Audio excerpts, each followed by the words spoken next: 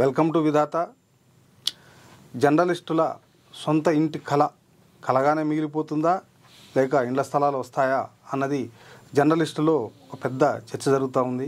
Supreme court ఒక దశలో కనికరించి జర్నలిస్టులు ఇళ్ళు కట్టుకోమని చెప్పినప్పటికీ ఆనాటి ప్రభుత్వం ముందుకు రాకపోవడం, ఈ నేపథ్యంలో ఇండ్ల స్థలాల సాధన అనేది ఏ విధంగా ఉండబోతుంది, అసలు ఇండ్ల స్థలాలు వస్తాయా రావా, పరిస్థితి ఏంది అనే విషయాన్ని మనం జర్నలిస్టు హౌసింగ్ సొసైటీకి ఏర్పాటు నుంచి ఇప్పటి వరకు ఆ కార్యక్రమాలలో ప్రత్యక్షంగా పాల్గొన్నటువంటి Deccan Chronicle bureau chief Vamsi గారు మన దగ్గర ఉన్నారు. వంశీ గారిని అడిగి తెలుసుకుందాం. నమస్కారం అండి వంశీ గారు. ఎందుకు జర్నలిస్టుల కళ 17-18 సంవత్సరాలుగా సాకారం కాని పరిస్థితి వచ్చింది? కారణం ఏంది? ఇప్పుడున్నటువంటి పరిస్థితి ఏంది? ఈ 17 సంవత్సరాల క్రితం అందరం కలిపి అన్ని సొసైటీలని తీసుకొచ్చి ఒక గొడుగు కింద ఏర్పాటు చేసిన వెంటనే ఆ రోజున్న ప్రభుత్వం మనం చెప్పిన దానికి కన్విన్స్ అయ్యి 70 ఎకరాలు ఈ సొసైటీకి అలాట్ చేయడం జరిగింది. అయితే కొంతమంది ఏంటంటే అసలు ఈ ఎమ్మెల్యేస్, జర్నలిస్టు వీళ్ళందరికీ ఎందుకు ఇవ్వాలి, జడ్జెస్, ఎంపీస్, ఎమ్మెల్యేస్కి ఎందుకు ఇవ్వాలని చెప్పి హైకోర్టుకి వెళ్ళడం జరిగింది.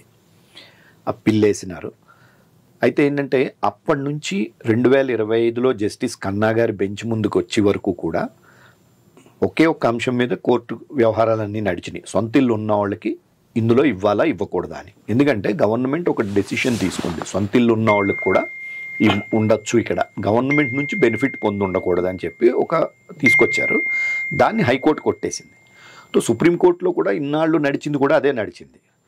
అయితే మధ్యలో మనకేమైందంటే జస్టిస్ రమణ గారు ఉన్నప్పుడు మన సొసైటీ వరకు, అంటే మిగిలిన సొసైటీస్ వరకు డెవలప్ చేసుకోమని ఇచ్చారు, మన సొసైటీ వరకు ఇండివిజువల్ మెంబర్స్కి పంచి వాళ్ళు ఇల్లు కట్టుకోవచ్చు అని చెప్పారు. అది 3 మెంబర్ బెంచ్. అది చీఫ్ జస్టిస్ గారు ఇంకా 2 జడ్జెస్ 3 మెంబర్ బెంచ్లో ఇచ్చినారు. అయితే అది తర్వాత సబ్సిక్వెంట్గా ఆయన రిటైర్ అవడము, మెయిన్ కేసు అట్లా నడుస్తున్నప్పుడు కన్నా గారి దగ్గరికి వచ్చినప్పటి నుంచి అసలు వీళ్ళకి ఎందుకు ఇవ్వాలి, వీళ్ళకి ఇవ్వచ్చా అన్న విషయాన్ని కూడా ప్రస్తావనకు వచ్చింది కోర్టులో. రెండోది ఏంటంటే ఈ జర్నలిస్టుల వరకు ఇచ్చిన దాన్ని వాళ్ళు పిటిషనర్స్ అబ్జెక్ట్ చేయడం జరిగింది. ఈ జర్నలిస్టులు అందరూ కూడా వీళ్ళకి రమణ గారు ఏమో ఒక అవకాశం ఇచ్చారు ఇల్లు కట్టుకోవడానికి, అది కరెక్ట్ కాదు ఇది అని చెప్తే వాళ్ళు కూడా ఏంటంటే ఇది ఇంటీరియం ఆర్డర్, ఒక ఇంటీరియం అప్లికేషన్లో వచ్చింది కాబట్టి, ఇంటర్లాక్యుటరీ అప్లికేషన్లో వచ్చింది కాబట్టి, ఇంటీరియం ఆర్డర్ కాబట్టి ఫైనల్ ఆర్డర్తో మెర్జ్ అవుతుందని ఇవ్వడం వల్ల ఇది మోస్ట్ అన్ఫార్చునేట్. ఇది ఎవరూ కూడా ఊహించలేదు. అయితే ఏంటంటే మనకి ఈరోజు ఖచ్చితంగా ఆ జడ్జిమెంట్ని మనం కనుక నిశితంగా పరిశీలిస్తే మొదట అందరికీ కూడా ఇదే ఒక రకమైనటువంటి డిసప్పాయింట్మెంట్ వచ్చింది. ఏంటిది ఇట్లాగా మొత్తం పోయింది, ఇంకా సుప్రీంకోర్టు కొట్టేసింది మన అలాట్మెంట్స్ అన్నది. అయితే మనం పదే అన్ని పారాగ్రాఫ్స్ని మనం నిశితంగా పరిశీలిస్తే గనక ప్రతి చోట కూడా మీరు ఒక స్పెషల్ కేటగిరీగా సృష్టించుకుని తక్కువ రేటుకి, అంటే గవర్నమెంట్ బేసిక్ రేటే ఫిక్స్ చేసింది, మార్కెట్ వాల్యూయే ఫిక్స్ చేసింది. మనకి ఇండియాలో మార్కెట్ వాల్యూ అంటే రిజిస్ట్రేషన్ పర్పస్ కోసం గవర్నమెంట్ ఫిక్స్ చేసేదే మార్కెట్ వాల్యూ. ఆ మార్కెట్ వాల్యూ కూడా ఓపెన్గా మీరు కొంటే ఉండి కన్నా తక్కువ ఉంటుంది. కాబట్టి మీ నలుగురు ఒక గ్రూప్ కింద ఒక కాన్స్పిరసీ లాగా అట్లాగా వచ్చి తీసుకున్నారు, బట్ మీరు ఆ మార్కెట్ వాల్యూకి తీసేసుకున్నారు, బేసిక్ మార్కెట్ వాల్యూ. కానీ అప్పట్లో ప్రభుత్వం ఇచ్చిన జీవోలో కూడా 10 కేటగిరీలకి ఇవ్వచ్చు అన్నప్పుడు కొంతమందికి ఏమో వీకర్ సెక్షన్స్కి గవర్నమెంట్ పాలసీ అని, eminent personalities, sports persons, Kargil war వీడోస్కి వీళ్ళకినేమో ఫ్రీ ఆఫ్ కాస్ట్ అని, ఎమ్మెల్యేస్, జర్నలిస్ట్, ఎంపీస్కి వీళ్ళకినేమో ఐఏఎస్లు అట్లా వీళ్ళందరికీనేమో బేసిక్ వాల్యూ అని, ఈ defence sector employees, private sector employees, లేకపోతే ఇంకా సెంట్రల్ గవర్నమెంట్ ఎంప్లాయీస్ వీళ్ళందరికీ ఓపెన్ మార్కెట్ అని ఒక వర్డ్ వాడారు. ఆయన ఎంతసేపు కూడా చీఫ్ జస్టిస్ కూడా ఏమంటారంటే ఆర్టికల్ 14 ప్రకారం మీరు ఒక గ్రూప్ అనుకున్నప్పుడు, ఈక్వల్స్ గ్రూప్ అనుకున్నప్పుడు ఒక్కొక్కరికి ఒక్కొక్క రేట్లు ఎట్లా పెట్టారు మీరు. సరే ఫ్రీగా ఇవ్వాల్సిన కేటగిరీస్ని ఆయన అప్హెల్డ్ చేశారు. ఈ కేటగిరీస్కి వచ్చేటప్పటికి మట్టుకు ఆయన అభ్యంతరం వ్యక్తం చేసింది ఏంటంటే ఎందుకు వీళ్ళకి మీరు బేసిక్ వాల్యూ తీసుకుని మిగిలిన వాళ్ళకి ఓపెన్ మార్కెట్ వాల్యూ ఇస్తారన్నది ఎగ్జాక్ట్లీ. సో మదర్ జీవో అంటాం, అంటే ఇట్లా అన్నిటికీ బేస్ జీవో 243. ఆ 243ని ఛాలెంజ్ చేశారు అవతల వాళ్ళు.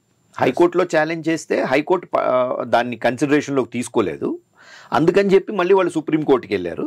సుప్రీంకోర్టు ఏంటంటే ఆ 243 జీవోలో నేను ఇందాక చెప్పినట్టుగా డిస్క్రిపెన్సీస్ ఉన్నాయి కాబట్టి దాన్ని వాళ్ళు కొట్టేశారు అంతవరకు. మీకు ఒకవేళ వీళ్ళకి ఎందుకు ఇవ్వాలి అసలు వీళ్ళందరికీ ఈ కేటగిరీస్కి ఇవ్వకూడదు అనుకుంటే కనుక మొత్తం 243 మొత్తం కొట్టేయాలి కదా. కొట్టేయాలి. వాళ్ళ లిమిటెడ్ ఎక్స్టెంట్కి మీరు డైరెక్షన్ పార్ట్ చూస్తే కూడా టు ద ఎక్స్టెంట్ అని వాడారు స్పెసిఫిక్గా, that these people have classified themselves in to a group and availed at a basic value. So that is the hope అనమాట మనకి. ఎట్లా అంటే దాన్ని మనం పదే పదే చూసిన తర్వాత నేను ఇమ్మీడియట్గా ఫస్ట్ మేము చేసింది ఏంటంటే, నేను మన ఇంకొక వైస్ ప్రెసిడెంట్ రవికాంత్ రెడ్డి గారు వచ్చిన 2-3 రోజుల్లోనే సీఎం గారిని కలిసాం ఫస్ట్. సార్ ఇది ఒక అవకాశం ఉంది, ఇది పూర్తిగా దారులన్నీ మూసుకుపోలేదు, ఆ దారులు మూసుకుపోలేదు కాబట్టి మేము ఆ మార్గాన్ని వెతికేదాకా ఫస్ట్ ఆఫ్ ఆల్ ఈ ల్యాండ్ వెనక్కి తీసేసుకుంటాము. అంటే జనరల్గా కోర్టు ఏం చెప్పింది, ల్యాండ్ వెనక్కి తీసుకోమన్నారు. ఇప్పుడు మీకే తెలుసు అది చాలా వేల కోట్ల భూమి. సో ఈ సొల్యూషన్ దొరికేదాకా మీరు దాన్ని ల్యాండ్ రెజ్యూమ్ చేసుకోకుండా మాకు అవకాశం ఏంటంటే, ముఖ్యమంత్రి గారు ఒకటే మాట అన్నారు, నాకు చాలా బాధ అనిపించింది మీ విషయంలో ఇట్లా జరగడం అన్నది. మేము మీకు గత ప్రభుత్వం అలా డిలే చేసుకుంటూ వస్తే ఒక 5-6 ఏళ్ళు, ఫస్ట్ సుప్రీంకోర్టు వీళ్ళకి ల్యాండ్ ఇవ్వమన్నప్పటి నుంచి చూస్తే ఒక 5-6 ఏళ్ళు లేట్ అయింది మీకు. రవీంద్ర భారతిలో చాలా గ్రాండ్ ఫంక్షన్లో ఇచ్చినారు ఆయన కానీ, రెవెన్యూ మంత్రి పొంగులేటి శ్రీనివాసరెడ్డి గారు కానీ, మీడియా అకాడమీ చైర్మన్ శ్రీనివాసరెడ్డి గారు కానీ, వీళ్ళందరూ ఈ ముందు జవహర్లాల్ నెహ్రూ సొసైటీది రిజాల్వ్ అయిన తర్వాత మిగిలిన జర్నలిస్టుల సంగతి ఏంటన్నది చూద్దాము, వాళ్ళకి ఇస్తాము, బట్ ముందు వీళ్ళకి సుప్రీంకోర్టు తీర్పు అప్పటి రమణ గారి తీర్పు ప్రకారం ఇచ్చేద్దామని చెప్పినారు. సో ఇదంతా చెప్పిన తర్వాత ఆయన కూడా ఏమన్నారంటే, మీరు లీగల్ ఎక్స్పర్ట్స్ని కొంతమందిని మీరు వెళ్ళి కన్సిడరేషన్ వాళ్ళ ఒపీనియన్స్ కూడా తీసుకోండి, తప్పనిసరిగా మీకు నాకు హెల్ప్ చేయాలన్నదే నా ఉద్దేశం, దానికి ఏ విధమైనటువంటి మార్గాలు ఉంటాయో మీరు వెతుక్కోండి అని చెప్పారు. ఇప్పటికీ అంటే మీరు వివిధ లీగల్ కన్సల్టెన్సీస్ కలిశారు, అడ్వకేట్స్ని కలిశారు, ఆఫీసర్స్ని కలిశారు, ముఖ్యమంత్రి గారిని కలిశారు, రెవెన్యూ మంత్రి గారిని కలిశారు, మీడియా అకాడమీ చైర్మన్ గారితో డిస్కస్ చేశారు, ఇట్లా రకరకాలు డిస్కస్ చేశారు కదా. అంటే ఆ ఖన్నా గారి తీర్పు తర్వాత నుంచి ఇప్పటి వరకు కొంత ఒక పీరియడ్ 2 నెలలు 3 నెలలు గడిచింది కదా, మీకు ఏమైనా పరిష్కారం అంటే ఎట్లా దీన్ని మనం రిజాల్వ్ చేయొచ్చు, ఎట్లా జర్నలిస్ట్కి వచ్చినటువంటి? నేను అదే చెప్తున్నాను, నేను అదే ఇందాక మీకు చెప్పినట్టుగా ముందు మనం ఒక కన్విక్షన్ తోటి మొదలు పెట్టాలి ఈ కార్యక్రమం అన్నది. ఈ తీర్పుని ఆయన 243 జీవోని కొట్టేసిన, అసలు వీళ్ళకి ఎందుకు ఇవ్వాలి, వీళ్ళకి ఇవ్వకూడదని డైరెక్షన్ ఇచ్చిన, మీరన్నట్లుగా మార్గం లేదు. అంటే రివ్యూ పిటిషన్ అని, రివిజన్, మళ్ళీ మనం ఆ తర్వాత క్యూరేటివ్ పిటిషన్ అని లీగల్ ప్రాసెస్ ఉండేది. బట్ ఆ జడ్జిమెంట్ని పూర్తిగా మీరు చూస్తే గనక ఆయన మొత్తం అలాట్మెంట్స్ అసలు వీళ్ళకి అర్హులు కారు, వీళ్ళకి ఇవ్వకూడదు అని అనలేదు. మీరు ఒక 10 కేటగిరీలు తీసుకున్నారు. అసలు సమస్య అంతా ఎక్కడొచ్చిందంటే, ఐఏఎస్ ఆఫీసర్స్కి ప్రశాసన్ నగర్లో గతంలో ఎప్పుడో విజయభాస్కర్ రెడ్డి గవర్నమెంట్లో ఇచ్చినప్పుడు కొంతమంది అధికారులు, అంటే కానీ నాకు తెలిసి ఒక 100 పైన అధికారులు అప్పట్లో, వాళ్ళకి ప్రశాసన్ నగర్లో ఒక ప్లాట్ వచ్చుండే అర్హత ఉంది, కానీ వాళ్ళకి సొంత ఇళ్ళు ఉన్నాయి. అప్పట్లో గవర్నమెంట్ ఏంటంటే సొంత ఇల్లు ఉన్న వాళ్ళకి ఇవ్వకూడదు అని చెప్పి ఒక 1964 కోఆపరేటివ్ యాక్ట్ ప్రకారం, బైలాస్లో ఉన్న ప్రకారం తీసినప్పుడు వాళ్ళందరూ అప్పుడు ఏంటంటే, మేము అఫిడవిట్ మాకు ఇల్లు ఉంది కాబట్టి మాకు ఇల్లు లేదని అఫిడవిట్ ఇవ్వలేము మేము, అందుకని మేము తీసుకోలేదు అన్నది వాళ్ళకి ఫస్ట్. అక్కడ ప్రధానమైన సమస్య ఎక్కడొచ్చిందంటే, ఈ సీనియర్ అధికారులు ఎవరైతే ప్రశాసన్ నగర్లో రాలేకపోయిందో వాళ్ళు ఏం చేశారంటే, అప్పట్లో ముఖ్యమంత్రి గారిని ఇవన్నీ ఎక్స్ప్లెయిన్ చేసిన తర్వాత, సరే మనం ఒక 1 టైం బెనిఫిట్ కింద గవర్నమెంట్ నుంచి ఇద్దాము in recognition of all these services, వాళ్ళకి గవర్నమెంట్ నుంచి ఇంతకుముందు పొందుండకపోతే చాలు, సొంత ఇల్లు ఉన్నా లేకపోయినా పర్వాలేదు అని వచ్చింది. సమస్య అంతా అక్కడ స్టార్ట్ అయింది. రెండోది ఏమైందంటే, ఆ జీవో ఇచ్చినప్పుడు, ఇందాక మీకు చెప్పిన మదర్ జీవో 244 ఇచ్చినప్పుడు మీరు 10 కేటగిరీలను చెప్తున్నప్పుడు, సరే ఈ వార్ వీడోస్ లేకపోతే eminent sports personalities, weaker sections పక్కన పెడితే మిగిలిన అన్ని కేటగిరీలకి కూడా ఒక ఫెయిర్ మార్క్, అందరూ జడ్జిలు, IAS officers, journalist, employees, central government, defence sector, వీళ్ళందరికీ ఇచ్చినప్పుడు మీరు ఒక్కొక్క కేటగిరీ, అన్ని కేటగిరీలకి కూడా ఒక ఫెయిర్ మార్కెట్ వాల్యూ అను ఒక యూనిఫార్మిటీని మెయింటైన్ చేయలేదు. కొంతమందికి బేసిక్ వాల్యూ, కొంతమందికి ఓపెన్ మార్కెట్ వాల్యూ అట్లా ఇవ్వడాన్ని, అదే రిపీటెడ్గా మీరు జడ్జిమెంట్లో ఉన్న పారాగ్రాఫ్స్ ఎప్పుడైతే operative part of the judgement చూస్తే, ప్రతి పారాగ్రాఫ్లో కూడా ఎక్కడైతే మిమ్మల్ని మీరు ఒక విఐపి కేటగిరీ కింద చేసుకున్నారు అని చెప్పి కన్నా అబ్జర్వ్ చేశారో, ఆ దాన్ని in conjunction with basic value compare చేస్తున్నారు ఆయన. మీకు అక్కడ అందులో కూడా ఒక స్పెసిఫిక్ దాంట్లో కూడా అంటారు, మీరందరూ ఒక గ్రూప్ ఇది. ఆర్టికల్ 14 ప్రకారం ఈ గ్రూప్లోనే మీరు ఇన్ఈక్వాలిటీస్ తీసుకొచ్చారు కాబట్టి ఇది తప్పు అని ఆయన కంటెన్షన్ అనమాట. అదే నేను సీఎం గారికి చెప్పిన, తర్వాత సబ్సిక్వెంట్గా రెవెన్యూ మినిస్టర్ గారికి చెప్పిన, సీఎం అధికారులకు చెప్పినాం, రెవెన్యూ డిపార్ట్మెంట్లో చెప్పినాం. ప్లస్ ఎప్పుడైతే మేము లీగల్ ఒపీనియన్కి వెళ్ళినప్పుడు కూడా కొంతమంది సీనియర్ లీగల్ ఎక్స్పర్ట్స్ తోటి కూడా ఈ ఎక్స్టెంట్ అన్నదాన్ని ఇట్లా ఇంటర్ప్రిట్ చేయొచ్చా అన్న పాయింట్ మీదే మేము ఫోకస్ చేసినాను నేను. దానివల్ల మనకి ఒక రకమైనటువంటి కాన్ఫిడెన్స్ ఉన్నది, ఇది వచ్చి తీరుతుందని. రెండోది ఏంటంటే సైమల్టేనియస్గా మనం రివ్యూ పిటిషన్ కూడా వేసినాం. జనరల్గా సుప్రీంకోర్టులో రివ్యూ పిటిషన్స్ చాలా రేర్గా యాక్సెప్ట్ అవుతాయి. అయితే మనం కూడా ఇక్కడ ఏంటంటే చాలా స్పష్టంగా రివ్యూకి వెళ్ళిన అంశాలు కూడా మనం చూస్తే ఏంటంటే మీరే చెప్తున్నారు ఈక్వల్స్ మధ్య ఒక గ్రూప్లో ఇన్ఈక్వాలిటీస్ ఉండకూడదు, అందరినీ ఈక్వల్గా ట్రీట్ చేయాలని. అంటే జర్నలిస్టులు మిగతా గ్రూపులతో ఈక్వల్ అవుతారా? అదే మనం ప్రశ్న రైజ్ చేసాం. ఇప్పుడు మీరేమంటున్నారు, ఐఏఎస్లు, ఐపీఎస్లు, మినిస్టర్స్ వీళ్ళందరితో ఒక జర్నలిస్ట్ని మీరు ఈక్వల్ చేస్తున్నారు. ఆయన ఏదో ప్రామినెంట్ జర్నలిస్ట్కి అందరికీ రిచ్ అన్నట్లుగా అర్థం వచ్చేటట్టు అందులో ఉంటుంది. ఫస్ట్ ఆఫ్ ఆల్ ఎవరు ప్రామినెంట్ జర్నలిస్ట్? అట్లాగే ప్రామినెంట్ జర్నలిస్ట్ ప్రతి ఒక్కళ్ళు రిచ్ అవ్వాలని లేదు కదా. సో ప్రతి జర్నలిస్టు ప్రామినెంట్ కాదు, ప్రతి ప్రామినెంట్ జర్నలిస్టు రిచ్ కాదు. రెండోది ఏంటంటే మనకున్నటువంటి జీతాలు కానీ, మనకున్న జీవితాలు కానీ, మనకు పెన్షన్ బెనిఫిట్స్ లేకపోవడం, ఇవన్నీ కూడా మళ్ళీ ఆ పాయింట్స్ని కూడా రైజ్ చేసాం. గతంలో మేము వాదనలు వినిపిస్తున్నప్పుడు కూడా అంటే దేశంలో చాలామందికి పెన్షన్ ఉండవు కదా అని కూడా ఆయన కామెంట్ చేయడం జరిగింది. బట్ మనం ఏంటంటే మళ్ళీ అది ఒకటి. రెండోది ఏంటంటే ఈ జడ్జి మన 3 మెంబర్ జడ్జి ఇచ్చిందని మీరు ఓవర్ రైడ్ చేసినారన్నది ఒకటి. ఇట్లా ఈ పాయింట్స్ అన్నిటిని పెట్టి మనం ఒక రివ్యూ పిటిషన్ వేసినాం. అదృష్టం భగవంతుడి దయ వల్ల రివ్యూ పిటిషన్ ఓకే అయితే యాజ్ ఇట్ ఈస్గా మనకి వెంటనే రిలీఫ్ దొరుకుతుంది వితౌట్ ఎనీ అడిషనల్ బర్డెన్. అంటే ఆ నమ్మకాలు ఏమైనా ఉన్నాయా సుప్రీంకోర్టు? అదే అంటే కోర్టుకు సంబంధించి నేను కామెంట్ చేయలేదు నేను, బికాజ్ అదే కోర్టు తీర్పుల వరకు కానీ మన చేతిలో లేని విషయం కాబట్టి కోర్టు తీర్పు వరకు నేను కామెంట్ చేయదలుచుకోలేదు. రివ్యూ పిటిషన్ని ఈ గ్రౌండ్స్ మీద వేసినాము, ఎఫెక్టివ్గా వేసినాము.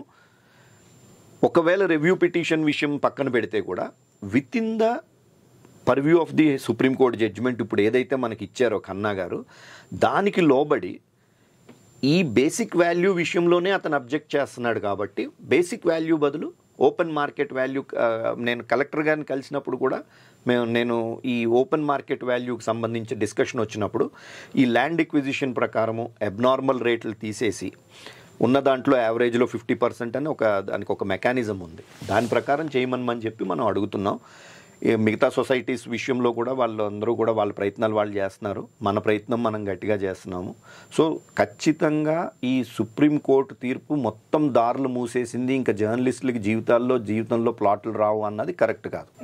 ప్రచారం అయితే అదే జరుగుతుంది, కానీ అది లిమిటెడ్ ఎక్స్టెంట్ వరకే కొట్టేయడం కాబట్టి మనకి హోప్స్ ఉన్నాయి. హోప్సే కాదు, నేను కాన్ఫిడెంట్గా కూడా ఉన్నాను నేను, ఇది మనం సాధించగలిగిందే. ఇది ఇప్పుడు లాజికల్ కంక్లూజన్ అనేది అంటే మొత్తం జర్నలిస్టులు ఆ ఇంటి స్థలాల్లోకి వెళ్ళి ఇల్లు కట్టుకున్నటువంటి సిచ్యువేషను ఎప్పటికి వచ్చే అవకాశం ఉంది మీ లెక్క? ఓపెన్ మార్కెట్ రేట్ ప్రకారం కానివ్వండి, రివ్యూ పిటిషన్ ప్రకారం కానీ ఏదైనా కావచ్చు, అదే ఏదో ఒక రూపంలో జర్నలిస్ట్గా నేను జూన్ జూలై ఆ టైంలో మనకు ఒక సొల్యూషన్ ఉంటుందని నేను గట్టిగా నమ్ముతున్నాను. జూన్ జూలై ఆ టైంలో మనకు పరిష్కారం దొరికే అవకాశం ఉంది. అయితే నాకు ఒక చిన్న డౌట్ అంటే ఇందులో అంటే జర్నలిస్టులు అందరికీ కూడా ఉంది. గతంలో ఇప్పుడు బంజారాహిల్స్లో ఇచ్చారు, జూబ్లీ హిల్స్లో ఇచ్చారు, గోపన్పల్లిలో ఇచ్చారు జర్నలిస్టులకి. ఇది మన జూబ్లీస్లో ఇంకో దగ్గర కూడా ఫోటో జర్నలిస్టులకి ఇచ్చారు. ఎప్పుడు కూడా ఈ అలాట్మెంట్ని క్వశ్చన్ చేస్తున్నటువంటి కోర్టు వివాదాలు రాలేదు. అన్ఫార్చునేట్ ఈ జవహర్లాల్ హౌసింగ్ సొసైటీకే అసలు ఎందుకు ఈ న్యాయ వివాదాలు? అదే ఎందుకంటే వాళ్ళందరికీ ఏర్పడింది. అదే వాళ్ళందరికీ యాక్చువల్గా కన్సెషనల్ రేట్స్లో ఇచ్చారు, మనకి మార్కెట్ వాల్యూలో ఇచ్చారు. అంటే మనం చాలా ఎక్కువ పే చేసినాం వాళ్ళకన్నా కూడా. బట్ ఏంటంటే అప్పుడున్న రాజకీయ పరిస్థితుల్లో అప్పుడు రాజశేఖర్ రెడ్డి గారితో కొంత విభేదించిన కొన్ని వర్గాలు ఉన్నాయి.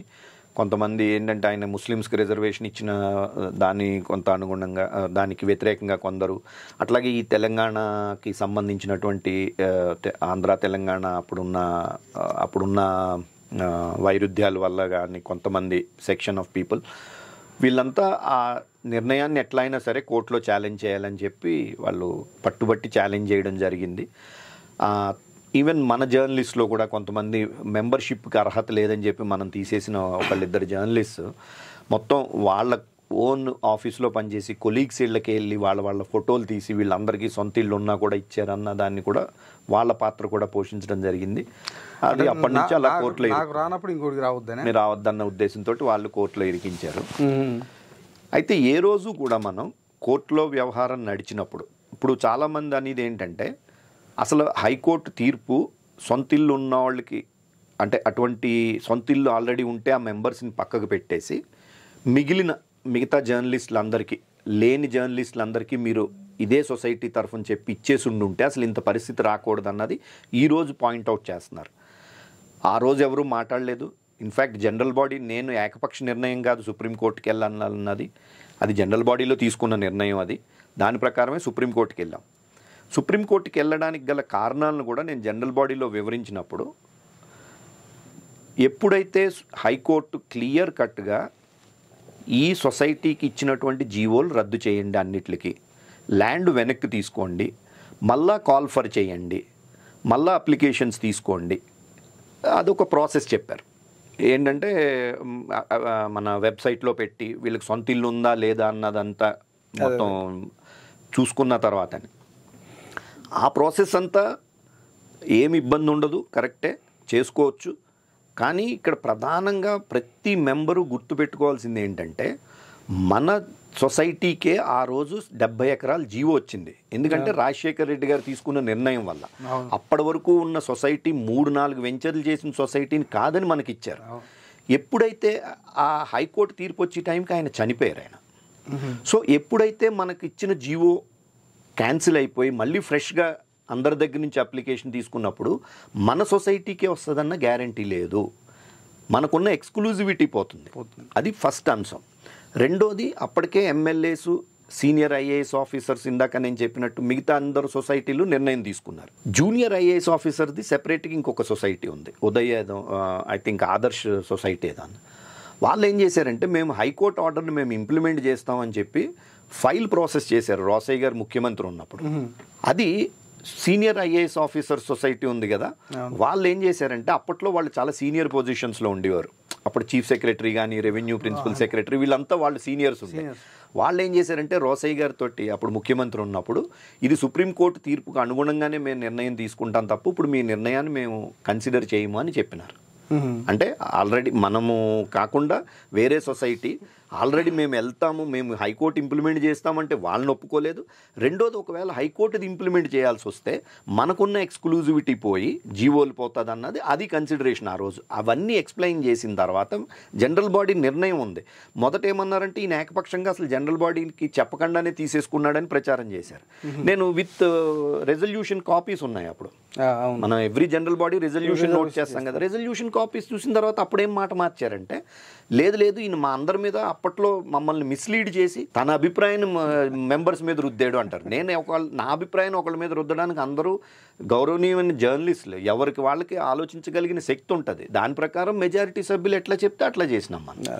రెండో ప్రధానమైన ఆరోపణ ఏంటంటే సుప్రీంకోర్టులో మనకు రమణ గారు ఒక రిలీఫ్ ఇచ్చినప్పుడు కట్టుకోండి మీరు ఇల్లు అన్నప్పుడు మనం విత్డ్రా అయిపోవాల్సింది, విత్డ్రా పిటిషన్ వేయాల్సింది అన్నది తీసుకొచ్చారు. అది కూడా ఎప్పుడు తీసుకొచ్చారు, మనకి ఆగస్ట్ 25, 2022లో మనకు ఆర్డర్ వచ్చింది రమణ గారిది. ఆగస్ట్ 2023 అంటే సంవత్సరం పోయిన తర్వాత వీళ్ళు కంటెంప్ట్ వేయడానికి ఢిల్లీ వెళ్ళినప్పుడు కొంతమంది సభ్యులు రమణరావు గారు వీళ్ళంతా అక్కడ ఒక అడ్వకేట్ అన్నారట, అసలు ఇంతకాలం ఎందుకు ఆగారు మీరు, విత్డ్రా పిటిషన్ వేయాల్సింది కదా అని. అప్పటి వరకు ఈ బ్రహ్మ పదార్థం విత్డ్రా పిటిషన్ అన్నది ప్రపంచానికి తెలియదు, అట్లీస్ట్ జవహర్లాల్ నెహ్రూ సొసైటీ ప్రపంచానికి తెలియదు. ఇంటర్లాక్టరీ ఉత్తర్వులు వచ్చినప్పుడు ఫైనల్ జడ్జిమెంట్ లేకుండా మెయిన్ కేసు నుంచి విత్డ్రా కావడానికి ఛాన్స్ ఉంటుందా? ఛాన్స్ నేను అదే చెప్పిన. మరి కనీసం మరి ఆ అడ్వకేట్ తోటి ఆ రోజు నాకు మాట్లాడించున్నా నాకు అది అర్థం చేసుకుని ఉండేటండి. మనకేమైందంటే ఎప్పుడైతే రమణ గారు ఎప్పుడైతే రమణ గారు రిటైర్ అయిపోయారో ఇమ్మీడియట్గా కన్నా గారు బెంచ్కి ఇది అలాట్ అయినప్పుడు ఫస్ట్ హీరింగ్లోనే ప్రశాంత్ భూషణ్ అనే సీనియర్ న్యాయవాది ఇట్లా రమణ గారు ఇచ్చిన ఆర్డర్ తప్పిది, ఇవ్వకుండా ఉండాల్సిందంటే ఏ ఆర్డర్ అయినా సరే అది ఇంటర్లాక్యుటరీ అప్లికేషన్లో ఇచ్చింది కాబట్టి ఇంటీరియం ఆర్డర్ ఫైనల్ ఆర్డర్కి మెర్జ్ అవుతుంది అన్నప్పుడు మనకి సంబంధించిన అడ్వకేట్స్ నాతోనే కాదు, ఇన్ఫ్యాక్ట్ ఫిబ్రవరి మార్చిలో ఈ రమణరావు గారు వీళ్ళందరూ కూడా ఉన్నప్పుడు నేను స్పీకర్ ఫోన్లో పెట్టి మాట్లాడించిన. వాళ్ళు అన్నది ఏంటంటే మీరు కంటెంప్ట్ అని కానీ ఇంకో రూపంలో మీరు కోర్టు జోలికి దగ్గరికి రాకండి.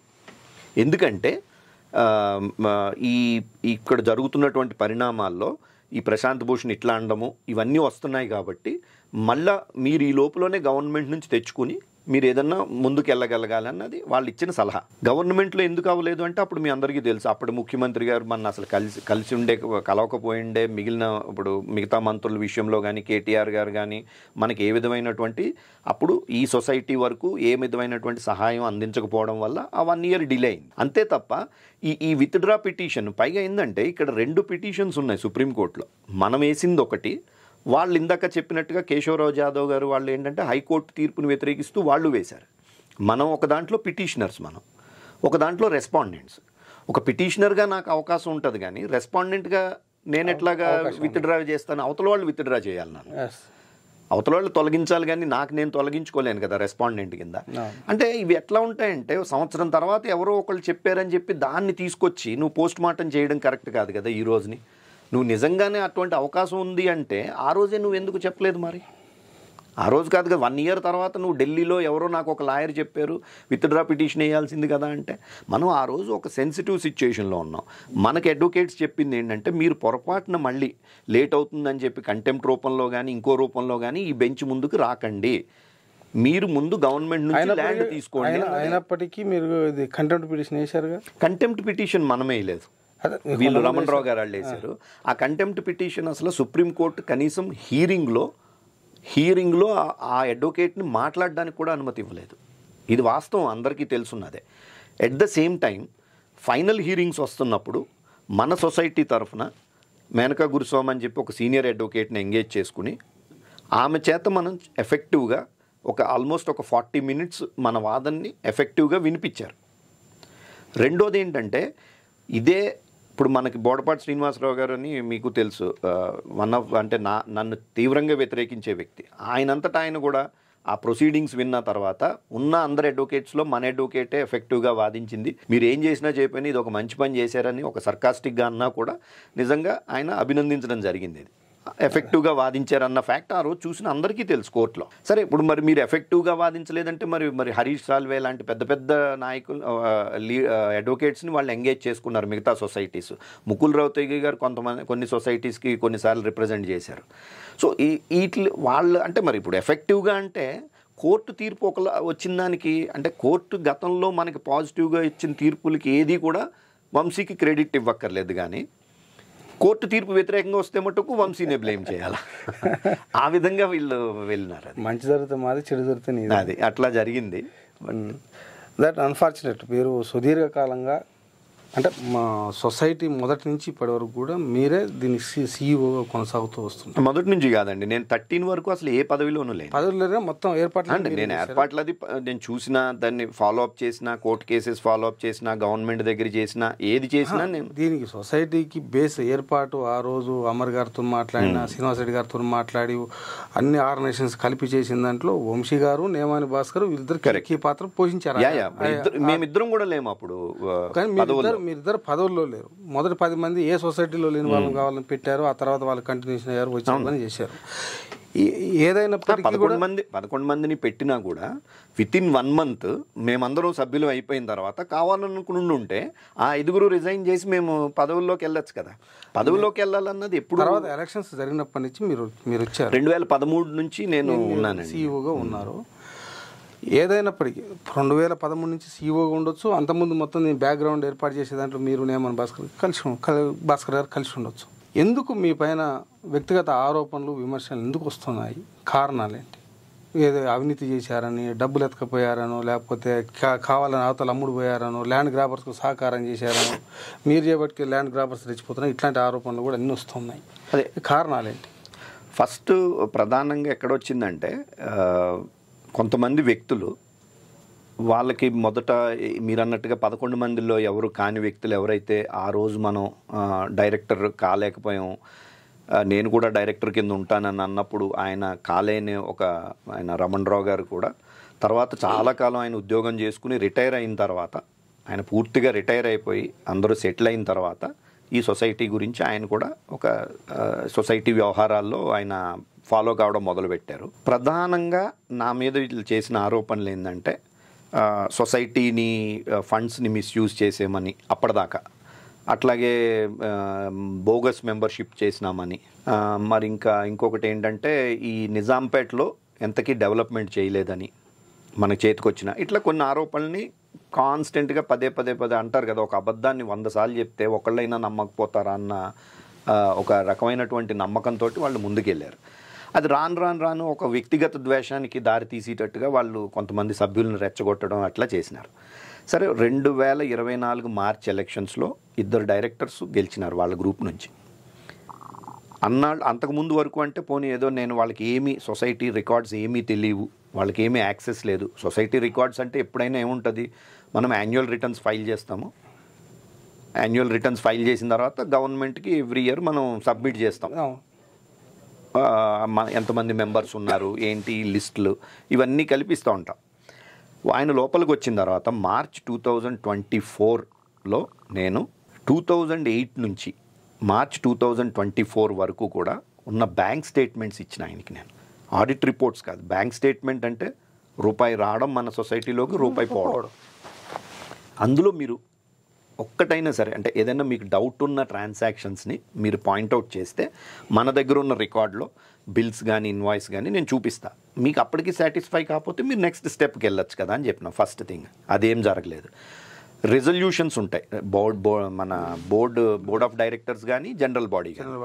ఈ రోజు వరకు ఒక్క రెజల్యూషన్ నేను సొసైటీకి ఇది నష్టం చేసి రెజల్యూషన్ అని చూపెట్టమనండి, నేను అన్నీ వదిలేసి వెళ్ళిపోతాను. నేను అదేవిధంగా నిజాంపేటలో 4 లక్షల క్యూబిక్ మీటర్ల రాక్ ఉంది మనకి. నేను మొదటే అందరు ఎక్స్పర్ట్స్ని చూపెట్టినప్పుడు వాళ్ళు అన్నది ఏంటంటే ఇక్కడ మనకి క్రషింగ్ యాక్టివిటీ జరగదు, మీ అంతటి మీరు దాన్ని ఎంత మేరకు కావాలో చూసుకుని కొట్టేసి మీరు వేరే చోట బయట పడేయడం అన్నది ఒకటే మార్గం అన్నప్పుడు ఆ రోజు మనకు ఒక అన్సర్టెనిటీ. అప్పటికి ఇంకా సుప్రీంకోర్టు నుంచి మనకి సరైన ఇది రాలేదు. ఒకటే మనకి ఒక ల్యాండ్ పార్సలే వచ్చింది, పేట్ బషీరాబాద్ రాలేదు. సభ్యులందరూ ఆందోళనలో ఉన్నారు. ఆ రోజు నన్ను ఒక్కొక్కరిని 1 లక్ష 2 లక్షలో దీనికోసం అవుతుంది అనుకుని చెప్పి కట్టమంటే కూడా కట్టి పరిస్థితి లేదు. నిజాంపేట సబ్ కమిటీకి ఒకటి ఫామ్ చేయడం జరిగింది డెవలప్మెంట్ మీద. కన్వీనర్ కింద రమణరావు గారే ఉన్నారు. అనేక మార్లు మీటింగులు పెడుతున్నప్పుడు మొదటే చెప్పిన ఒక కన్సల్టెంట్ని తీసుకుందాం మనం, ఆ కన్సల్టెంట్ ఎంత మేరకు రాయి తొలగించాలి లేఅవుట్ వేసుకొని.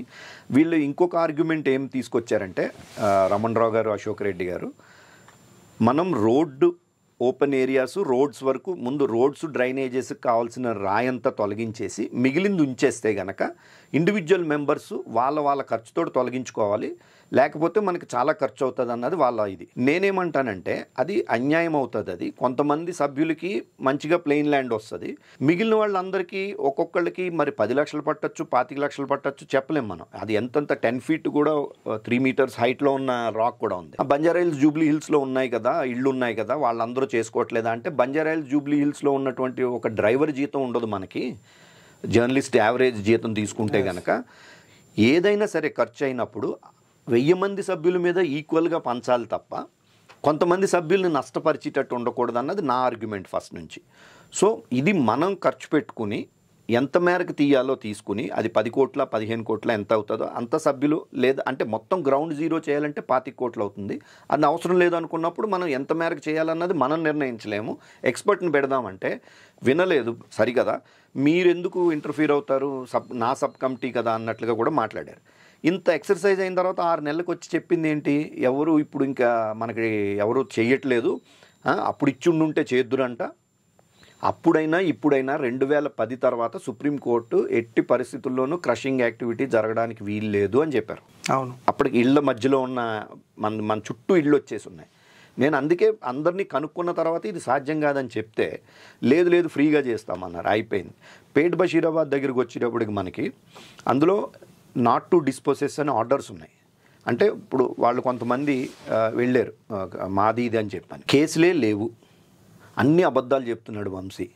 అసలు కేసులే లేవు అని చాలా కాలం వాదించారు. ఇవో కేసు నెంబర్లు ఉన్నాయి కదా అంటే ఇందులో ఆర్డర్స్ లేవన్నారు. ఆర్డర్స్ చూపెట్టిన తర్వాత లేదు కలెక్టర్ ఇచ్చేస్తాడు మనకి, ముఖ్యమంత్రి గారు ఇవ్వడం పాపం మనకు వచ్చేస్తుందని నమ్మించారు. చాలామంది నాకు అదే బాధపడుతూ చెప్పారు తర్వాత, ముఖ్యమంత్రి ఇలా మెమో సంతకం చేసిన మరుక్షణం మనం లేఅవుట్ వేసేసుకుంటామని చెప్పారండి వీళ్ళిద్దరూను. ఇది చాలా నమ్మేం మేము. అంటే ఎట్లా అవుతుందండి, ఒక ఆర్డర్స్ ఉన్నప్పుడు వాటిని తీయకుండా మనకి రాదు. ఆ కోర్టులో కేసు ఎంత వీక్ ఉన్నా సరే ఒక ఆర్డర్ ఉన్నప్పుడు, ఒక స్టే ఆర్డర్ ఉన్నప్పుడు అది తొలగించాల్సిందే అన్నది నా ఆర్గ్యుమెంట్. దానికి సంబంధించి 1970s ఉన్న పేపర్స్ అన్నీ కూడా నేను మొత్తం అంతా శోధించాము మేము. ఆ పేపర్స్ అన్నీ తీసుకొచ్చాము. ఇన్ఫ్యాక్ట్ టైటిల్ సూట్స్ 2-3 సార్లు వాళ్ళు ఓడిపోయి ఉంటే సివిల్ కోర్టులో ఎక్కడో పడి ఉంటే అవన్నీ తీసుకొచ్చినాం. ఈ రోజు వరకు నేను చాలా గర్వంగా చెప్పగలుగుతాను, నేను డిపార్ట్మెంట్ దగ్గర లేనటువంటి పేపర్లు కూడా కోర్టుల వెంబడ తిరిగి తీసుకొచ్చి జీపీ రెవెన్యూకి ఇస్తే జీపీ రెవెన్యూ వీళ్ళ సమక్షంలోనే వాళ్ళ దగ్గర కూడా లేని మీరు సంపాదించారు మీరు అని చెప్పి నన్ను అప్రిషియేట్ చేయడం అన్నది ఇది నేను చాలా గర్వంగా చెప్పగలుగుతాను.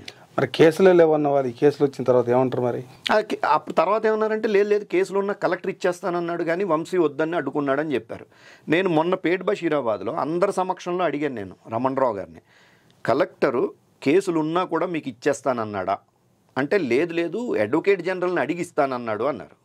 మరి మీరు ఎందుకు ఇట్లా ప్రచారం చేశారని ఆయనతో చాలా క్లోజ్గా తిరిగిన మిత్రులే చెప్పారు. ఆయన్నే అడిగారు, క్వశ్చన్ చేశారు అక్కడ, మరి ఎందుకంటే నిన్నాళ్ళు మమ్మల్ని అట్లా మిస్లీడ్ చేశారని. సో ఏమైందంటే మీరు ఇందాక అడిగింది, చాలామంది సభ్యులకి విషయం తెలియక, కొంతమంది అంటే చాలామంది అంటే ఆ గ్రూప్లో ఉన్న చాలామంది సభ్యులకి విషయం తెలియక వాళ్ళు ఇన్ఫ్లుయెన్స్ అయ్యారు. మీరు ఇందాక అన్నట్టు మీరు 2013 నుంచి 3 ఎన్నికలు జరిగితే 3 ఎన్నికల్లో నుంచుని ఈ మొత్తం విమర్శలన్నీ ప్రతిసారి అయ్యే విమర్శలు చేస్తూ ఉంటారు. అయినా కూడా సభ్యులు నా మీద నమ్మకం, లేదా మేమందరం ఇంకా కొంతమంది ప్యానల్ కింద మిత్రులందరం పోటీ చేసినప్పుడు మా మీద నమ్మకం ఉంచి ఒకసారి నేను చేసినప్పుడు 2 సార్లు ఒకసారి మొత్తం 5 ప్యానెల్లో గెలిచినాం, ఒకసారి ఒకే దానికైతే నేను గెలిచిన, 3ఓసారి 5 పోస్టుల్లో 3 పోస్టుల్లో మేము గెలిచాం. ఈ రోజు వరకు కూడా సభ్యుల్లో మెజారిటీ సభ్యులు నేను చేసి ఎఫర్ట్ లోపం లేదు, ఉన్న పరిస్థితుల్లో మనం తీసుకుంటూ ఇక్కడ దాకా తీసుకొచ్చాడు కాబట్టి ఇతన్ని సపోర్ట్ చేయాలన్న ఉద్దేశంతోనే మా ఫ్రెండ్స్ ప్యానల్కి మద్దతు ఇస్తున్నారు. ఈసారి ఎన్నికల్లో కూడా నేను సభ్యులందరితో ఇంటరాక్ట్ అవుతున్నప్పుడు కూడా ఇటువంటి క్లిష్ట పరిస్థితుల్లో మీరు నేమాని భాస్కర్ గారు, ఎందుకంటే నేమాని భాస్కర్ ఈ సొసైటీ పెట్టడంలో ప్రధాన పాత్ర పోషించడమే కాకుండా ఆ రోజున్న ముఖ్యమంత్రి గారికి గవర్నమెంట్ తోటి తను కోఆర్డినేట్ చేసేవాడు. ఈ జీవో తీసుకురావడము, క్యాబినెట్లో పెట్టడము, ఇవన్నీ. ఈరోజు కూడా ఏంటంటే ఇప్పుడు చాలామంది వీళ్ళు ఏమంటారంటే మీరు సీనియర్స్ అయితే ఏంటి మీకు ఏమన్నా ఫేస్ వాల్యూనా అని అంటారు. ఖచ్చితంగా ఫేస్ వాల్యూ అన్నది ఇంపార్టెంట్ అండి. ఎందుకంటే ఈ సిస్టంలో అనేక సంవత్సరాలుగా అటు పొలిటీషియన్స్తో కానీ ఇటు అధికారులతో కానీ మనం కొన్న పరిచయాలు కానీ, లేదా ఒక సీనియర్ పొజిషన్లో ఉన్నప్పుడు వాళ్ళకి రెస్పాండ్ అయ్యి తీరు కానీ, ఎంతెందుకు మొన్న అక్కడ రోడ్లు ముయ్యాల్సి వచ్చినప్పుడు నిజాంపేటలో వీళ్ళే స్వయంగా చూశారు కదా, ముందు వాళ్ళందరూ వచ్చి అభ్యంతరాలు పెట్టడము, వాళ్ళందరూ కబ్జా కావడానికి వంశీ ఇచ్చిన అవకాశమే కారణం. ఎక్కడ కబ్జా అయింది అంటున్నాను నేను. ఇప్పుడు నేనేమంటున్నా అంటే నేను అదే చెప్తున్నా, 32 ఎకరాలు నిజాంపేటలో హెచ్ఎండిఏ మొత్తం ఫెన్సింగ్ వాళ్ళ ఖర్చుతోటి 50 లక్షలు అప్పట్లో ఫెన్సింగ్ వేసి ఇచ్చిన స్థలంలో ఈ రోజు వరకు కూడా ఒక్క గజం కబ్జా కాలేదు. ఉన్న కబ్జాల్ని నరేంద్రబాబు అనే అతను 20 ఏళ్ళుగా 4 ఎకరాల్లో ఉంటే అతను మొత్తం షెడ్లన్నీ కూలగొట్టించి కోర్టులో కూడా అతను కోర్టుకు వెళ్తే కూడా 2 సార్లు ఏడీ సర్వే చేయించి హద్దులు నిర్ణయింపజేసి అతన్ని పర్మనెంట్గా శాశ్వతంగా అతన్ని మన దాంట్లోంచి తొలగించినాం. మీరు పక్కన రజకల్ ఎవరిదో ఉన్నది ఒకటి ధోబీఘాట్ వాళ్ళు, వీళ్ళు ఎంత దారుణానికి కిందకి వెళ్ళిపోతున్నారంటే నా మీద ఏదో వ్యక్తిగత కక్షతోటి సొసైటీకి హామ్ చేస్తున్నారు. వాళ్ళు ఏమంటారంటే అక్కడికి వెళ్ళి వాళ్ళతోటి వీడియోలు తీస్తున్నారు, మీకు పహాణి ఉందంట కదా, మీకు పట్టా ఉందట కదా, మీకు అన్ని పత్రాలు ఉన్నాయంట కదా, వంశీ మీద ఆక్యుపై చేసేసాడట కదా అని. ఏంటి వీళ్ళు వెళ్ళి చెప్తున్నారు అతనికి నీది ఎంకరేజ్ చేశాడట. అది ఎంత దారుణం అంటే ఆ రోజు ఒక 100-150 మంది రజకులు వాళ్ళ ఫ్యామిలీస్, లేడీస్ వీళ్ళందరూ వచ్చి ఎమ్మెల్యే, మేయర్, ఆర్డీఓ వీళ్ళందరి సమక్షంలో, పోలీసుల సమక్షంలో వాళ్ళు చూపెట్టిన ఏకైక పత్రం ఏంటంటే ధోబీఘాట్ గవర్నమెంట్ కట్టించింది, ఆ వెనకాలన్న ప్రభుత్వ స్థలంలో మాకు ఇళ్ల స్థలాలు ఇవ్వమని దేవేంద్ర గౌడ్ గారు అప్పుడు మంత్రిగా ఉన్నప్పుడు ఆయనకు వీళ్ళొక అప్లికేషన్ పెట్టుకున్నారు, అర్జీ పెట్టుకున్నారు. అది ఎండార్స్ అంటారు, అంటే మామూలుగా ఆయన ఇనీషియల్ వేసి కిందకు పంపిస్తారు దాన్ని. అది ఇమ్మనుమని కానీ ఇవ్వద్దని కానీ లేకపోతే అదే పట్టా అని కానీ కాదు. అది తప్పితే వాళ్ళ దగ్గర ఇంకొక పత్రం లేదు. ఆ పత్రం చూపెట్టిన తర్వాత గవర్నమెంట్ అధికారులు, ఎమ్మెల్యే వీళ్ళందరూ, మేయరు వీళ్ళందరూ వాళ్ళ సమక్షంలో ఆ పత్రాలు చూసిన తర్వాత వీళ్ళకి ఏ విధమైనటువంటి హక్కు లేదు అని చెప్పి అప్పటికే మనకున్న ఫెన్సింగ్ ప్లేస్లో బ్లూ షీట్స్ వేసుకున్నాం మనం. దాన్ని ఈరోజు వీళ్ళు ఏమంటున్నారంటే, ఎదుగో చూసావా వంశీ ఎక్కడో ఎవరికో అమ్మేసి అది మేకప్ చేయడం కోసం ఇక్కడ వీళ్ళది తీసేసుకున్నాడు అంటున్నారు. అంటే ఇక్కడ ఉన్నది వాళ్ళది కాదు, మనదే స్థలం అని చెప్తే కూడా వాళ్ళు దాన్ని ఒక వ్యక్తిగత ద్వేషంతో, అంతకన్నా మించి ఏమీ లేదు. మీరు అసలు జర్నలిస్టులనే రాకుండా తాళాలు వేసారట కదా? ఖచ్చితంగా అండి, ఖచ్చితంగా. ఎందుకన్నది కూడా నేను చెప్తాను. జర్నలిస్టులు రాకుండా కాదు, మిషనరీ రాకుండా. జర్నలిస్టులు హ్యాపీగా నడుచుకుంటూ వాళ్ళు లోపలికి వెళ్ళొచ్చు, మన స్థలంలో 32 ఎకరాల్లో హ్యాపీగా తిరగచ్చు, అన్నీ చేయొచ్చు. బట్ నడుచుకుని వెళ్ళి మనం లోపలికి వెళ్ళాలి తప్ప. ఎందుకంటే నేను కారణం కూడా చెప్తాను. నేను సుప్రీంకోర్టు తీర్పు అయిపోయిన తర్వాత కొంతమంది సభ్యులు, ఇప్పుడు ఉదయ్ గారు మనకందరికీ తెలుసు, గతంలో కూడా ఆయన ఎన్నికల్లో పోటీ చేశారు. ఆయన నేతృత్వంలో కొంతమంది సభ్యులు ఏం చేశారంటే, ఇంక అంతా అయిపోయింది మనం ఇంక నిజాంపేట, పేట్ బషీరాబాద్ వదులుకోవాల్సిందే కాబట్టి నిజాంపేటకి వెళ్ళిపోయి మన పొజిషన్లో ఉంది కాబట్టి ఎవరి కాళ్ళు ఆక్యుపై చేసుకుందాం అని చెప్పి ఒక పెద్ద ఉద్యమంలో మొదలుపెట్టారు. దానికి రమణరావు గారు, మీరు ఇండైరెక్ట్గా, అంటే సరే మీరు ఇష్టం మీరు చేసుకోండి, అది కూడా నేను చెప్పట్లేదు, ఎవరైతే ఆయన్ని అత్యంత అభిమానించి ఆయనకు సపోర్ట్ చేసిన వాళ్ళు ఈరోజు వాట్సాప్ గ్రూపుల్లో పెడుతున్నారు, మరి ఆ రోజు మమ్మల్ని ఎందుకు నువ్వు వెళ్ళమన్నావు, ఈరోజు ఎందుకు ఆపుతున్నావు అని చెప్పని. సో నేను ఆ కాంట్రవర్సీ జోలికి వెళ్ళట్లేదు. నేను వీళ్ళు ప్రధానంగా అనేది ఏంటంటే మిషనరీలు పట్టుకొచ్చారు, జేసీబీలు తెచ్చారు, రాక్ కటింగ్ మిషన్ తెచ్చారు, వేలు ఖర్చు పెట్టి రోడ్డు ఫేసింగ్, అది కూడా మెయిన్ రోడ్డు ఫేసింగ్లో ఉన్న రాళ్ళన్నీ తొలగించి మేము ఆక్రమించుకుంటామని సో నేనేమన్నా అంటే, వాళ్ళని చూసిన తర్వాత బయట వాళ్ళు రావడం మొదలుపెట్టారు. బయట అతని మీద నేను కంప్లైంట్ ఇచ్చిన వెంటనే పోలీసులు తీసుకెళ్లి జేసీబీని పెట్టారు. ఈ రోజు వరకు పోలీస్ స్టేషన్లో సీజ్ చేసి పెట్టి ఉంచారు. అదే పని వీళ్ళు చేస్తున్నప్పుడు నేను నా వరకు ఏంటంటే, ఆక్రమణలు అంటే బయట వాళ్ళు చేసినా లోపల వాళ్ళు చేసినా అది ఆక్రమణే. ఈ రోజు వరకు మనకి సొసైటీ చేతిలో ల్యాండ్ ఉంది, సొసైటీ పంచాలి, ఒక లేఅవుట్ వేసుకుని ఆ లేఅవుట్ ప్రకారం మనం డ్రాఫ్ట్ లేఅవుట్ వేసుకుని ఆ డ్రాఫ్ట్ లేఅవుట్ ప్రకారం డెవలప్ చేసిన తర్వాత మళ్ళీ ఫైనల్ లేఅవుట్ తీసుకుని అప్పుడు మనం సభ్యులకి లాటరీ ద్వారా మనం అలాట్ చేయాలి తప్ప అప్పటి వరకు ఎవ్వరికీ అధికారం లేదు. ఇప్పుడు ఏమవుతుంది, ఉదయ్ గారు ఏం చేశారు, ఆ రోజు నేను ఎప్పుడైతే పోలీసుని నేను ఇట్లా కంప్లైంట్ ఇచ్చానో ఆయన ఏం చేశారంటే, నా కాన్ఫరెన్స్ కాల్లో తీసుకుని ఇన్స్పెక్టర్ నుంచి గట్టిగా మాట్లాడడం మొదలుపెట్టారు. మీరు సభ్యుల్ని మీరు ఇట్లా చేస్తున్నారేంటి, మీరు సభ్యుల మీదకే మీరు తోలుతున్నారు పోలీసుని. ఐ సెడ్ సభ్యుల మీద కాదు, బట్ అక్కడ మిషనరీ ఉండడానికి వీల్లేదని చెప్పినా నేను. కుదరదు అని చెప్పి ఆ రోజు వర్క్ చేయడం మొదలుపెట్టారు. మనకి పోలీస్ కూడా ఏమంటారు, అరే మీ సభ్యులైనట్టండి, మరి జర్నలిస్టులు కదా, మీరు బయట వాళ్ళని అయితే మేము హ్యాండిల్ చేయగలుగుతాం కదా, మరి మీరు కూర్చుని చూసుకోవాలి కదా అంటారు. మీరు కూర్చుని చూసుకోవాలంటే వీళ్ళు అసలు ఎక్కడ వినట్లేదు మనం చెప్పి మాట. అందుగురించే నేను ఏం చేశానంటే, ఎవరిదైనా సరే, మనదైనా బయట వాళ్ళదైనా సరే, ఒక మిషనరీ అన్నది రాకుండా అప్పటి వరకు ఉన్నటువంటి రోడ్లన్నీ కూడా మనం క్లోజ్ చేయడం జరిగింది. అదేవిధంగా మెయిన్ డోర్ను కూడా మనం మనుషులు వెళ్ళడానికి ఖచ్చితంగా ఎప్పుడైనా హ్యాపీగా వెళ్ళొచ్చు. నేను ఏ రోజు అడ్డుకోలేదు. ఇప్పుడు కూడా నేనేమి దారులు మూసేసింది మిషనరీకి, జేసీబీలు లేకపోతే రాక్ కటింగ్ మిషన్స్ వెళ్లకుండా ఉండడం కోసం. ఎందుకంటే మీరు 10 మందో 15 మందో కబ్జా పెట్టేసుకుని ఇది మాది అంటే కుదరదు కదా. 1000 మంది సభ్యులు డబ్బులు కట్టారు దానికి. ఇప్పుడు సీఈఓగా ఉన్నారు, ఈ ఎన్నికల్లో మళ్ళీ పోటీ చేస్తున్నారు, గెలిచిన తర్వాత మళ్ళీ సీఈఓగాను లేకపోతే ప్రెసిడెంట్గాను ఉంటారు కావచ్చు. మీరు ఏదన్నా ఉండండి, ఈ యొక్క 1000 మంది జర్నలిస్టులకు మరొక్కసారి ఎప్పటిలాగా మీరు ఇళ్ల స్థలాలు ఇప్పించబోతున్నారు, ఏ రూపంలో ఇప్పించబోతున్నారు చెప్పండి చివరిగా. నేను అదే అండి, నేను ఒక పదవి కోసం కాదని ఇందాక చెప్పింది. ఎందుకంటే ముఖ్యమంత్రి గారు రేవంత్ రెడ్డి గారు మనకి రవీంద్ర భారతిలో ఒక మంచి కార్యక్రమంలో ఇచ్చిన తర్వాత, సరే మనకి 2 స్థలాలు మనకు పొజిషన్ వచ్చినట్టే, అంటే కొంచెం కోర్టు కేసెస్ క్లియర్ చేసుకోవచ్చు. అది అప్పటికే నేను చాలా అడ్వాన్స్డ్ స్టేజ్లోకి తీసుకొచ్చిన కోర్టు కేసెస్ విషయంలో కూడా. నేను ఉండాలనే లేదు, నేను తప్పుకుంటాను నేను, బట్ నేను కంటిన్యూ చేస్తా, వర్క్ కంటిన్యూ చేస్తానని నేను నా రాజీనామా పత్రం కూడా బోర్డ్ ఆఫ్ డైరెక్టర్స్కి సమర్పించిన. అప్పుడు ఆ జర్నలిస్టులు అందరూ కూడా వద్దని చెప్పి మళ్ళీ బట్ ఆ రోజు ఆ నలుగురు, నేను మిగతా జర్నలిస్ట్ సంగతి కూడా నేనేం మాట్లాడలేదు, కానీ ఆ నలుగురు కూడా ఏంటంటే కాదు దీన్ని ఒక మొత్తం ఆ కేసులన్నీ కూడా అయిపోయిన తర్వాత మనం ఒక లేఅవుట్ చేసేదాకా మీరు ఉండాలి, మీరు ఎందుకంటే మీకున్న ఎక్స్పీరియన్స్ చూసినాం కాబట్టి మీరు ఉండాల్సిందన్న తర్వాత నేను అది విరమించుకున్నా. ఎందుకంటే సరే ఈ కేసులు కూడా అయిపోయినాయి అని అనుకోకుండా సుప్రీంకోర్టు ఆర్డర్ వచ్చింది. అదో ఇట్ ఈజ్ ఎ షాక్ మనకి.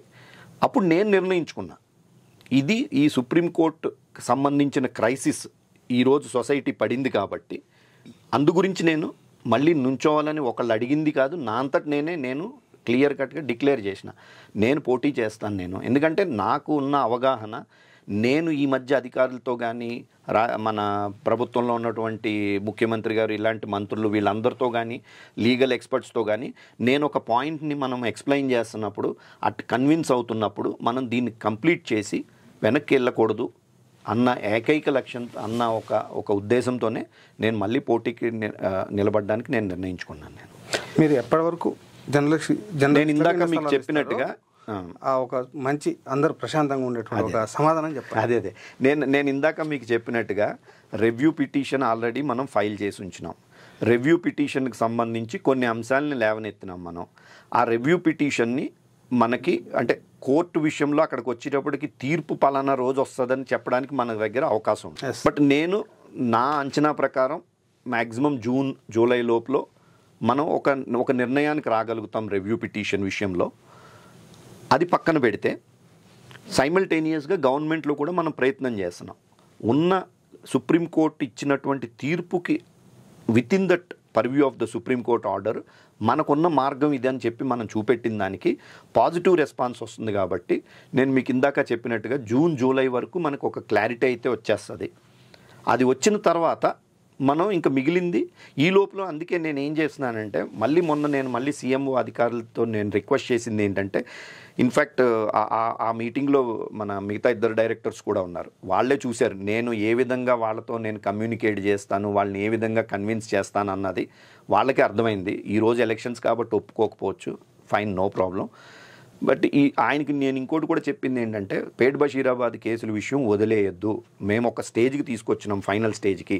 దాన్ని ఏజీ గారు కానీ జీపీ రెవెన్యూ గారు కానీ పర్ష్యూ చేసి ఈ జూన్ జూలై లోపలనే దానికి కూడా ఒక ఫైనాలిటీ తీసుకొచ్చేస్తే కనుక అది చాలా చాలా మనం మంచి పకడ్బందీ కేసు మనం దాన్ని బిల్డప్ చేసినాము. కేసులన్నీ ఒకటే బంచ్ తీసుకో అది కూడా నేను ఖచ్చితంగా ఈనాడు నారాయణ రెడ్డి గారికి we all should be thankful. అవి డిఫరెంట్ కేసెస్ ఉండి ఎప్పటి నుంచో పడి ఉన్నప్పుడు వాటిని అన్నింటినీ ఒక దానికి తీసుకొచ్చి చీఫ్ జస్టిస్ గారు ఆఫీస్కి ఫైల్ ప్రాసెస్ అయింది. తిరిగి వచ్చిన తర్వాత మళ్ళీ టేకప్ చేయడం జరిగింది. అనుకోకుండా ఇది రావడంతో అక్కడ ఆగింది అది. సో మళ్ళీ నేను మొన్న ఆయనకు రిక్వెస్ట్ చేశాను, అది మేము పర్ష్యూ చేస్తాము, ఆ కేసులు పర్ష్యూ చేసి జూన్ జూలై నాటికి నేను ఇందాక చెప్పినట్టుగా మనకు ఒక క్లారిటీ వస్తుంది.